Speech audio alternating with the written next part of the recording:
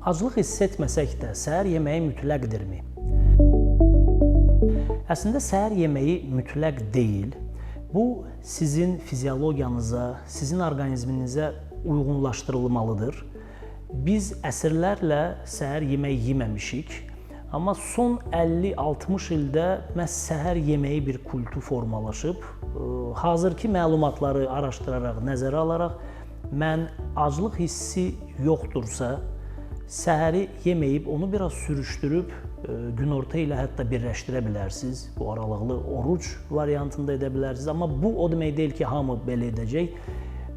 Fiziologiyanıza uyğunlaşdırıb, əslində 3 öğündə səhər yeməyi, günorta və axşam da qidalana bilərsiniz. Vacib məsələ, burada həmişə aclığı gözləməyə ehtiyac yoxdur. Necə ki, gün ərzində aclıq hissim yoxdur deyənə heç nə yeməyənlər var və ya bir dəfə yeyənlər var. Bu da yanlışdır. Ona görə tək aclıq hissinə baxmırıq. Burada daha çox sizin fiziologiyanıza, sizin orqanizminizin xüsusiyyətlərini və vacib məqam makro-mikronutriyentin alınmasını nəzərə alırıq.